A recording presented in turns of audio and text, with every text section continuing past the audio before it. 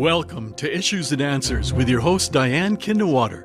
Issues and Answers is presented as a public service to inform, educate, and better the lives of New Mexicans. And now, Issues and Answers with your host Diane Kinderwater. Welcome to the program. I'm Diane Kinderwater. You know you like it. I know I like it. What am I talking about? Our interstate system. Why do we like it? Because it gets us to places faster than taking side streets or state highways. We've got our interstate system, and if you were around back on January 29th, 1959, that's when President Dwight Eisenhower signed into legislation our U.S. interstate system. And this is what I learned, and you may realize this, but when you go from north to south or south to north, all the even interstates, like I-10, which is through El Paso and Las Cruces, go from east to west. So those are the evens. We know right through Albuquerque, of course, is I-40, going from LA back to the East Coast. We know in Denver it's 70, going again from the west to the east, or the east to the west. And of course, in Minnesota is I-90. Now, did you realize going from California to New York, we start with the odds, and that's north and south with Highway 5, Interstate 5. Right through New Mexico, of course, we know we have I-25. North-south, and all the way to the East Coast is I-95. So a little bit of trivia that you may have realized, but maybe you didn't. But someone had to tell me that. Today we're going to talk about the importance of our interstate system and the importance of how it moves goods and moves us. We know that semis come barreling down I-40 every single day, 24 hours a day. We're going to talk about safety for semis, what we as motorists can do regarding semis, how to look out for them. Well, we can see them and hear them, but how they can better look out for us. So some safety tips about that. And we're also going to talk to Jonathan Sanis about his YouTube channel about how it is like to be a trucker. What's the lifestyle? What do they do? Of course, we know they move our goods across our country, but how is the life like? What do they eat? What do they do? And most importantly, how do they look out for us, the motorists? We'll be back with Jonathan right after this. Stay with us. Hey, America, now there's a place where we can join our voice. Real America's Voice. Real America's Voice is coming to a town near you with a grassroots approach, bringing the real voice of America together. Real America's Voice is growing our family of networks across the country, and soon you could be part of that change. Download the Real America's Voice app and join other Americans just like you across the country, coming together for real. I met Jonathan Sanis, my guest today. He has a YouTube channel on SJR-RADIO. That's his YouTube channel, JSR-RADIO. And it's what it is like to be a trucker, a semi truck driver. Welcome to the program, Jonathan. Well, thank you very much for having me. This is the first time I've ever been on TV. But you have a YouTube channel. Yes, I do. So it's kind of a little bit different. So basically, while I'm filming, I'm basically, showing people what it's like to be a rookie truck driver. I've only been doing it for 2 years, and I gotta say, I've learned a lot in this 2 years being a truck driver, going up and down these interstates, and learning what it's like to be safe about a truck driver. When you're driving a semi-truck, you need to look out for road signs, all kinds of things, exits, motorists. Motorists are a big deal for us. And the reason why that is, when we are driving, we have what we call blind spots. And what a blind spot is when a car gets up on the side of us, we cannot see them. And it's very hard for us to watch for the blind spots. So what we advise truckers or motorists to do is to stay back. If we can see you in our mirrors, we can see you. Okay, so again, as motorists, we know we have blind spots, but that's just to see a little Honda Civic driving by. But we want to make sure that you, the trucker, sees us as motorists. Oh, yeah. So the best thing to do is if we can see their rear view mirror, yes. If we can see that. If we can see you in our mirror. If I can see you. Yeah, if I can see you, you can see me. And it makes us, and especially when we're making turns. A lot of motorists don't know that when we're making turns, it's wide because we have a 53-foot trailer behind us, you know. You're driving a four-wheel car, you can make a turn on a dime. Not us. We have to make wide turns. So with that being said, When you're making a turn, you need to stay back, especially when we're making right turns. Okay, so you're making a right turn, and I know some cars think they can skirt around you to get there a little quicker. Okay, tell me about that. Very dangerous. We've had a lot of accidents, not me personally, but I know a lot of truck drivers who've had a lot of accidents because of motorists who have gotten to the side of our trailers when we turn, and as that trailer's coming around, we collide with the front of their car. And it can be dangerous, it can cause deaths, it can cause injuries. And we don't want families out there to be dying. We want families to be safe. You want your iPhone? We're going to deliver it to you. That's how it's, that iPhone's very small. It is very tiny, but our trucks are very big. But that's the case, because I know when I'm behind a semi and I'm thinking, oh, they're taking so long, I can just make a real quick turn. Yes, but if we're making our turns and you do that, you might have to have insurance because your car might go bye-bye. What's another thing that you see motorists do that you as a trucker? Cutting us off. A lot of truck drivers, so it is actually a law that you have to stay in front of a truck by, I think it's 3 or 4 car lengths. I'm not exactly sure, to be sure. You can look it up yourself. But that being said, cutting us off would mean staying in the 4th lane and cutting over 3 lanes to get in front and taking an exit. We cannot stop on a dime, especially for heavy. We're like 80,000 pounds when we're loaded. Trying to stop that, it's like 5 football fields compared to a car that can just, stop immediately. So with that being said, when you cut us off and we have to stop, it may cause injuries and death sometimes, which is scary. So there is actually a law that requires motorists to stay in front of a semi so many car lengths. But that's what you see, that's what other truckers tell you, is that motorists trying to get that exit see the semi coming and they think, oh, we're going fast. 65 miles an hour is regulated for a lot of these truckers. And the FMCA is kind of trying to push that down a little bit, which makes it dangerous for us because when we're going slow, we're trying to keep up with traffic and it's not working. But my problem is I'm seeing a lot of drivers who think they own the road and they cut everyone off and just cause mayhem. And one of the things that I do see is following distance on a lot of cars. When you're following a semi, it can be very dangerous because our trailers are equipped with a device that's going to help you from going underneath the trailer, and sometimes it fails. So we recommend that you stay at least 2 to 3, maybe 4 car lengths behind a semi. It's like an emergency vehicle in a way, because if we have to stop suddenly, it's not going to be good. And we want to make sure that we're safe. And, we have lives. We want to live. We want to make sure we deliver what we have to deliver on time safely. Jonathan, that is something I saw on either PBS or 60 Minutes. I didn't realize behind a semi-truck or at the back of your semi, by law, there is a huge safety bar, but it's been known to fail. So what that idea is supposed to be, you have to stop as a semi-driver quickly. It still takes you a while. I'm not paying too much, not me, but a motorist is not paying too much attention, and all of a sudden they're going to run into you. That safety bar is supposed to stop the car, but some of them as I've heard, it fails. It's not made correctly. I think that was what the investigation was, and the car goes underneath and maybe decapitates the people. Oh yeah. See, back in the older days when semis first, were coming out, they didn't understand what that was. So now with the new technology coming out, they are trying to strengthen that. And you'll see the newer trailers will either not have them at all, or they will, because they have like lower, trailers to help whatever. And lower trailers would mean the car would not go underneath. Correct. But the higher ones, what they've done to do that with is they put support beams underneath the bar itself to keep it from collapsing. And that's supposed to help with the safety feature. And it does prove that it does not fail as often as the older style. The older style is just 2 little things, like 2 T's, and that's it. That's not going to stop a 45-mile-an-hour car.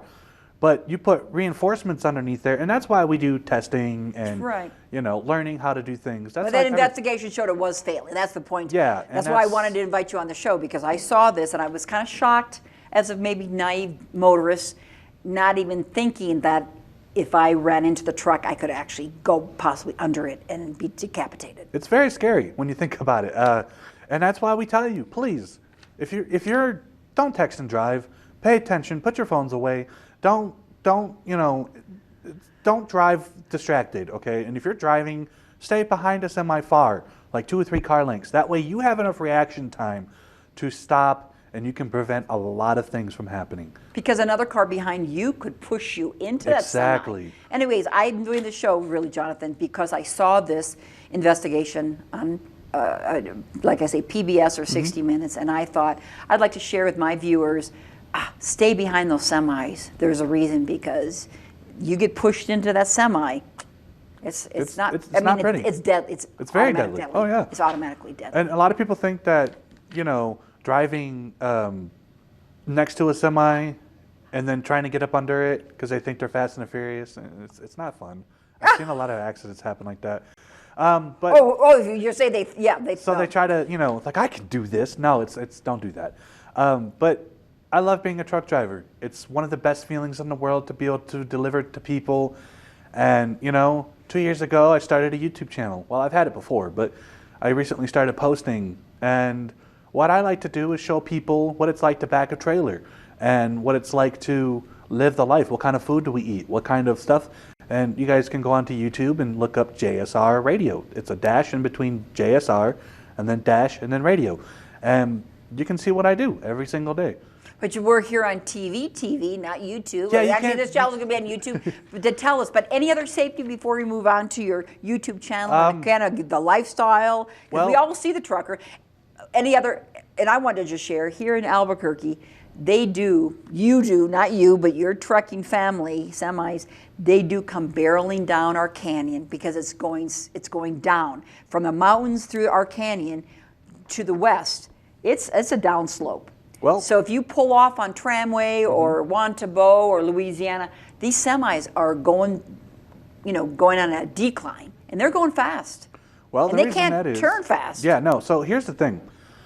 When we're loaded, we're taught to slow down, especially going down to 6% grade. That grade is probably a 4 to 6% grade. And with that being said, we recommend going at least 25 miles an hour as a semi-truck going down that grade. Because if your brakes fail, you're not stopping. And that's why you see a lot of these interstates that we have what we call runoff ramps. Yeah. And what that is if your brakes fail, you can use that to stop your truck. And so going fast in a semi-truck is a very bad idea. Please don't do that. Well, you came to the studio. You came down I-40. Yep. What kind of grade was that? If you know? No grade. It's Going south. just a normal, going down. When I say 6% grade, I'm talking Oh, okay. Well, we've use got your that engine too. brake to slow down and whatnot to make sure that, we're not going too fast. Because I've seen and done research on a lot of truck accidents where you're going down at 80 miles an hour when you're supposed to be going 25. Their brakes failed. They've killed people doing that. And I don't like that. It scares me. Even as a truck driver, I'm scared because, that could happen to me. My brakes could fail, and I'll never know. But do a pre-trip. Always do a pre-trip on your truck to make sure everything is in working order. If you do that, you'll be fine. But brakes can't fail. Actually, here in New Mexico, because of the mountains, we do have those 4 to 6% grades. We have La Bajada Hill, which is I-25 coming down. So when we see, of course, in the west, we have a lot of mountains. So we see the runoffs that trucks are able to use. And what I do is I go from my home state to California Which every single day. your home state is? Michigan. Michigan. And so I drive from Michigan to California, so we're normally taking 80 all the way across. But here lately, right before Balloon Fiesta, I was taking 40 back from California, and then 40 to California. Well, that comes right through our state, It through does, New Mexico. and I came through New Mexico, and I was very excited to be here. So what can you tell us about I-40? Traffic can be fun. I-40 is a very great interstate. I'm sorry, a very great interstate to get us from California all the way to the North Carolina. So, just be careful out there. It's a big interstate. If you've never drove in interstates before, let's say you're just getting your license, I'd recommend taking it slow, but not too slow, but, give it a try. So you drove I-40 Yep. through Gallup, through Arizona, through New Oh, yeah. Mexico, Albuquerque. So you say it's a great interstate. I mean, it's one of the most populous, it seems, beautiful. for semi-drivers, I'm saying. Yes. Semi-trucks. There's so many semi-trucks here. And another one thing I don't like is there's not enough parking for us. So we see a lot of truckers who are sitting on the side of the road or off the on-ramps and stuff like that. What we need is more parking. We need bigger parking lots for us to park our trucks at because we have to do a 10-hour shift or a 10-hour break. So it would just be nice to not have to worry about where we're finding parking, especially if you're doing a night shift or a day shift and you come off into night and there's no parking. So you have drivers parking everywhere. And it's dangerous. Well, aren't they parking usually at truck stops? Well, I shouldn't say aren't they. I see them. There's truck stops. I mean, Yes, we have plenty but of them those are getting filled up very quickly because some of them only have like 20 spots. Now we have Iowa 80, which is the world's largest truck stop, and sometimes that has over 400 spots, and sometimes that even gets filled up. It's called what, Iowa 80? Iowa 80. It's in Iowa. It's right. It's I don't remember what the exit is right offhand, but it is. It's the world's largest truck stop. Must be on Interstate 80. Yes, it's on Interstate 80. It's in Iowa, and there's like 4 other truck stops there. But that one normally gets full too. But they have great restaurants. So not even going to get into that. We'll get into that and what you're suggesting.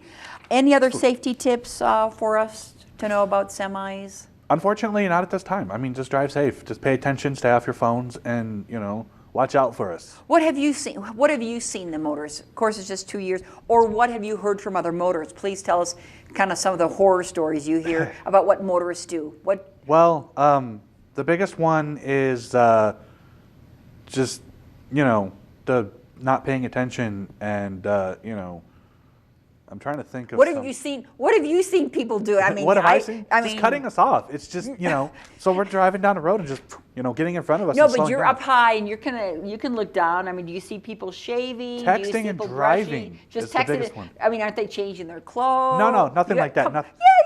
Yeah, of course. Putting on their makeup. I did see somebody put on makeup one time. Well, just one time, jeez. Yeah. How about shaving? I mean, you hear stories. I What have you- heard stories of people shaving, but I've Well, never seen it personally. But I have seen some people, every time I'm driving, yes, you can look down. I try not to look and invade people's privacy, but you do occasionally look over, you get bored, and you're like, why is this person texting and driving? And they're sitting there, and I'm just like, yo, can you not? Because if something happens and I need to quickly serve, you're not paying attention, and it's a bothersome. Do you hear from other truckers? What have they told you about what people do? All I hear is these four-wheelers are crazy. They don't- Four-wheeler? Yeah, we call them four-wheelers. So What are they? Or cars. us motorists? Yeah, Okay. oh, you're motorists. Oh, you call us four-wheelers. Well, I mean, because you have 4 wheels. We have 18. So it's basically we've just been, I've heard a lot of people, just the main one is just not paying attention while driving. And that's the main, I hear a lot of truckers talk about. It's not fun. And just pay attention. Can you honk your horn at people? Oh, yeah. Are I've you- done it. I've What- had to.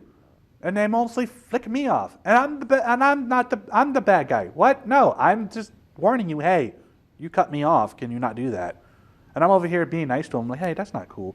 So they tell you try not to invade people's privacy because sometimes I'm driving, I'm thinking, oh, they're looking right into my messy car. They're looking down into it, but they try not to as truckers, semi-truck Yeah, I drivers. try not to because it's an invasive of privacy, and I don't like doing that.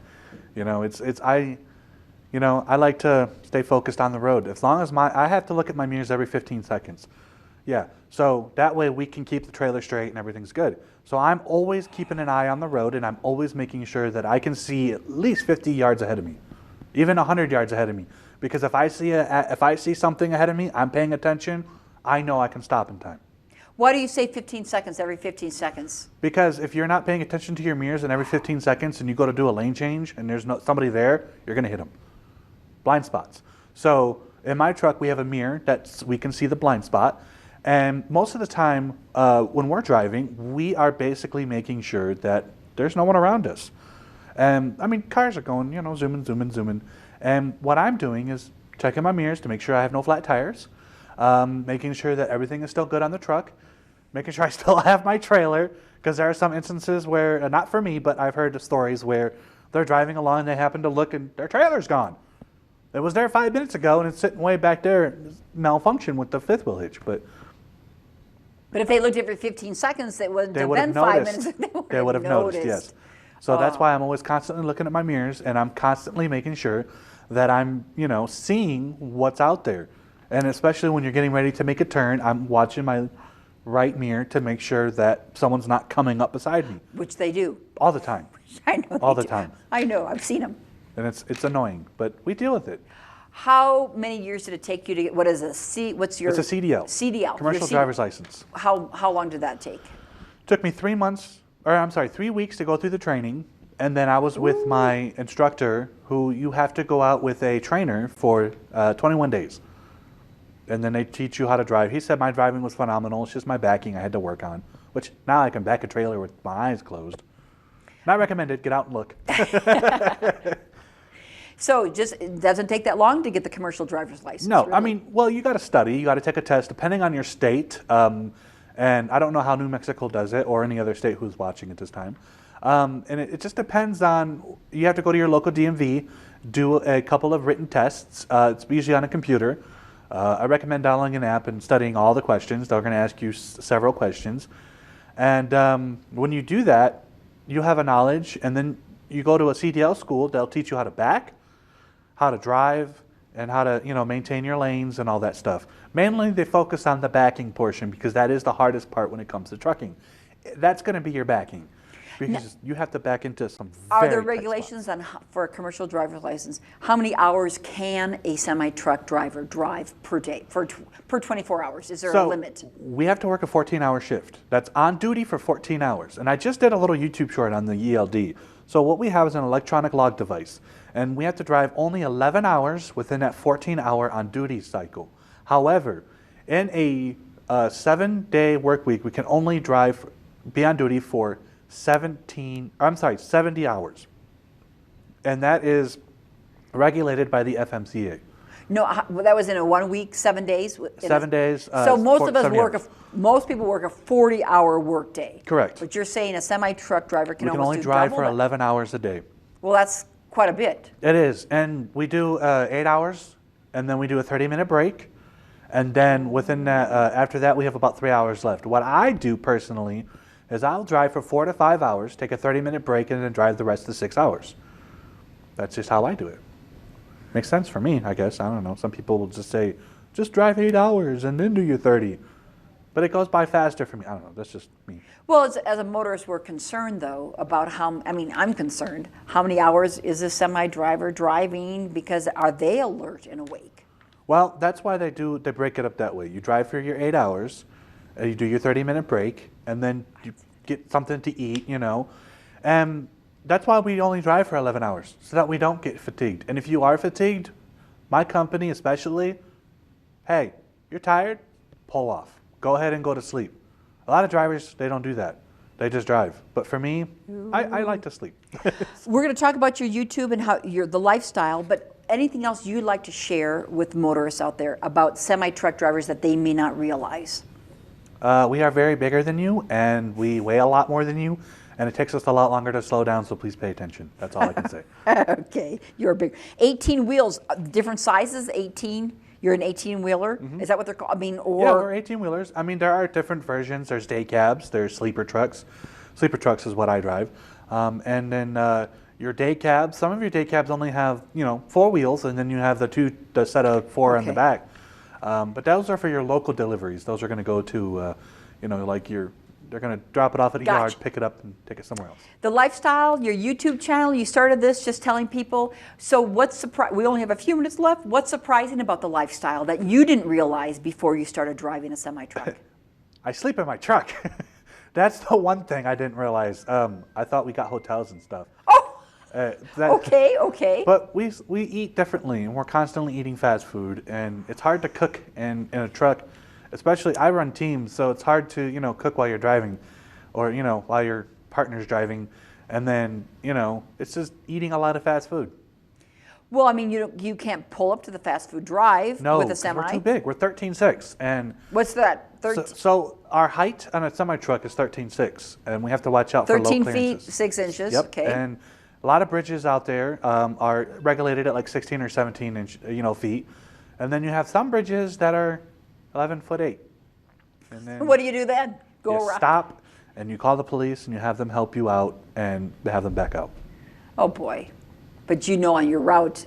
We do pre-planning, and of we course. know on our route. Yes. So you were surprised that you sleep in your truck instead of hotels. Yeah, that was. What else were you surprised about? The the type of stuff we do. I was very surprised on how. I mean, I did research before I got into it, but the bond that we have with other truckers is phenomenal.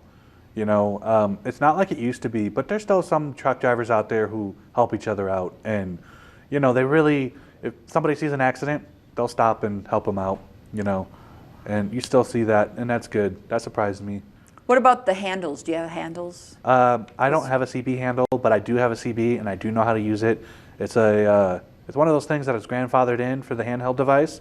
I know they say you're not allowed to use your cell phone, but the CB is grandfathered in, and so you know we use that a lot to. Hey, there's an accident up I-70, you know, eastbound, out of 40 eastbound or 80 westbound. There's an accident. We're taking exit 23 to get off. Blah, blah, blah. It's an informative thing to help other drivers. So it's just kind of an open channel. Well, we use channel 19, but a lot of people have CB radio channels or, you know, handles. Mine is JSR-RADIO, just like my YouTube channel. And that's pretty much it. How interesting. Do you like the lifestyle? I love it. Because? Well, it's fun. It's hard to explain, really. You'd have to live it. Because I grew up in a carnival, and not really grew up, but I did carnival work, and it's basically the same thing. You're traveling all the time. And the neat thing about it is I get to get off work and go right to bed. I don't have to drive home. There's no commute for me. So I park my truck, and my commute is 2 feet to the back of the truck. That's it. Or unless I'm going in to take a shower at a truck stop, or getting something to eat. That's it. That's all I have to worry about. I have no expenses. I have no bills or nothing. Jonathan Sanis with his YouTube channel, JSR-Radio. Thank you for being a guest on this program. Well, I loved it. And you get to see our beautiful country. I love the country. It's beautiful. Thank you so much for having me here. But you get to see driving. What do you see? I see everything. I see mountains. I see grass. I see planes flying in the sky. My dream is to be an airline pilot. And, you know, and just, I see, it's a beautiful nation. It's beautiful. I love it. And you get to go all over it. All over the world. U.S. Every state I've gone to, seeing their landmarks, seeing their mountains, it's breathtaking, and so, I love it. Jonathan Sanis, thanks again. You're very welcome. And again, you were smart to have a YouTube channel to let people know how it is and to share the safety tips for us motorists, so we'll be more careful and safety and respectful. Thanks for watching the show. I'm Diane Kinderwater. Make it a great week with your family. We'll see you next time. Bye-bye.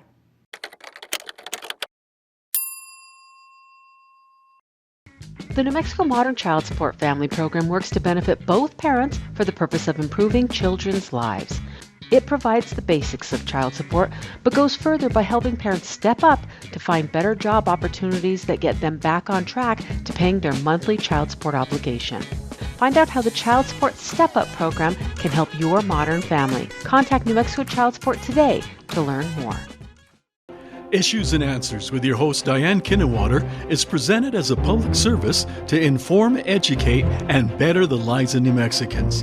To comment on today's program or to purchase a copy of any Issues and Answers program, visit sunbroadcasting.org or call us at 505-345-1991.